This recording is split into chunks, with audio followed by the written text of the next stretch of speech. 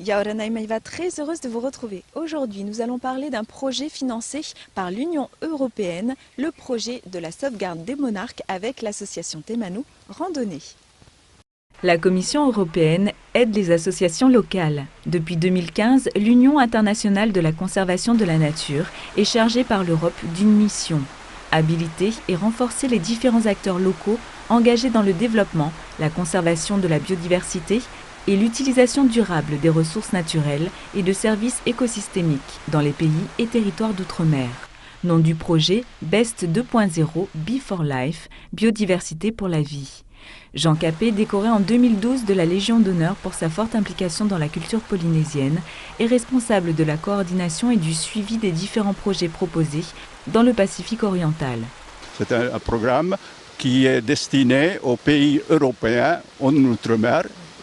Donc nous sommes l'une des régions, il y a 7 régions autour dans le monde, dans la région Pacifique qui est la plus vaste, qui a été d'ailleurs divisée en 2 sous-régions, la sous-région occidentale qui comprend la Calédonie et Wallis et Futuna, et la partie orientale, la Polynésie française avec Pitcairn. Il accorde des subventions pour des actions à petite et moyenne échelle visant des activités de conservation de la biodiversité et de développement durable dans les pays et territoires d'outre-mer de l'Union européenne. En 2015, 2 projets ont été financés jusqu'à 400 000 €, soit plus de 47 millions de francs CFP. En 2016, 6 projets entre 50 000 et 100 000 €, soit entre plus de 5 millions et 11 millions de francs CFP. Et pour 2017, la même somme que l'année dernière sera allouée au projet retenu. L'association Manu fait ainsi partie des associations aidées par l'Europe depuis 2 ans. Et quand tu vois la confiance avec laquelle ils se laissent approcher, tu te dis mais voilà, je protège l'innocence du monde. Et elle est ici en Polynésie avec ses oiseaux. Sauver l'innocence du monde, une jolie phrase de Caroline, docteur vétérinaire, qui depuis des années œuvre avec d'autres passionnés pour préserver les espèces endémiques de Polynésie française. Les aides du programme BEST ont considérablement contribué à faire avancer leurs actions. Je travaille pour l'association Manu en tant que chargée des oiseaux terrestres, donc de la sauvegarde des oiseaux de Polynésie française. Il faut savoir qu'il y a 30 espèces endémiques sur le territoire qu'on ne connaît qu'en Polynésie, et sur ces 30 espèces, 20 sont menacées de disparaître, dont 6 à un stade critique. Vous avez les monarques de Tahiti et de Fatouiva qui sont vraiment les 2 espèces les plus menacées. On a commencé à dératiser parce qu'il y avait eu un programme sur le monarque de Rarotonga où on avait sauvé cette espèce en dératisant les vallées. On a commencé à dératiser, donc on a eu beaucoup de succès, on a eu des petits dans les nids, etc. On était contents.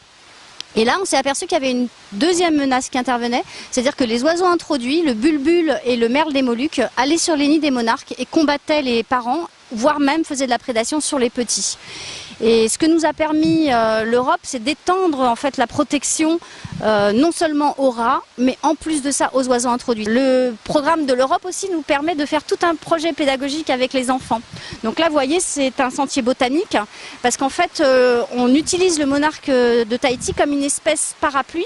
Et ça nous permet de sauver toutes les espèces qui sont devenues inconnues. Les Polynésiens ont oublié leurs plantes, ils ont oublié leurs espèces, leur milieu terrestre. Et donc, il nous permet de réhabiliter toutes ces petites plantes endémiques qui sont aussi menacées. Il y a 400 espèces de plantes menacées sur le territoire, il faut quand même le savoir. Et donc, ça permet donc, de faire pousser ces petites plantes chez les enfants. Donc, il y a des pépinières qui sont installées dans les écoles, ils nous font pousser des plants. Et après, ils viennent avec Maya, ils viennent avec nous les planter dans la vallée. Et en même temps, ils ont un espèce de petit quiz qui est organisé. Donc comme ça, ils apprennent en même temps leurs plantes. Ils apprennent qu'il y a plusieurs catégories d'animaux ou de plantes en Polynésie, c'est-à-dire ceux qui sont endémiques, qu'on ne trouve qu'en Polynésie française, ceux qui sont indigènes, qui sont venus par eux-mêmes, ceux qui ont été introduits par l'homme et qui des fois sont sympas, font pas de dégâts, et qui des fois sont envahissants parce qu'ils prennent tout l'espace et ils ne laissent plus d'espace pour les autres espèces. Cette année, Jean Capet assisté d'Elena auront la tâche difficile de choisir parmi une trentaine de projets qui seront financés par la Commission européenne. Une aide considérable pour garder et sauvegarder à long terme la biodiversité de notre beau Fénois. C'était une très belle expérience en tout cas. Allez, je vous souhaite de passer une excellente fin de journée. On se retrouve demain pour des petits ateliers. Nana.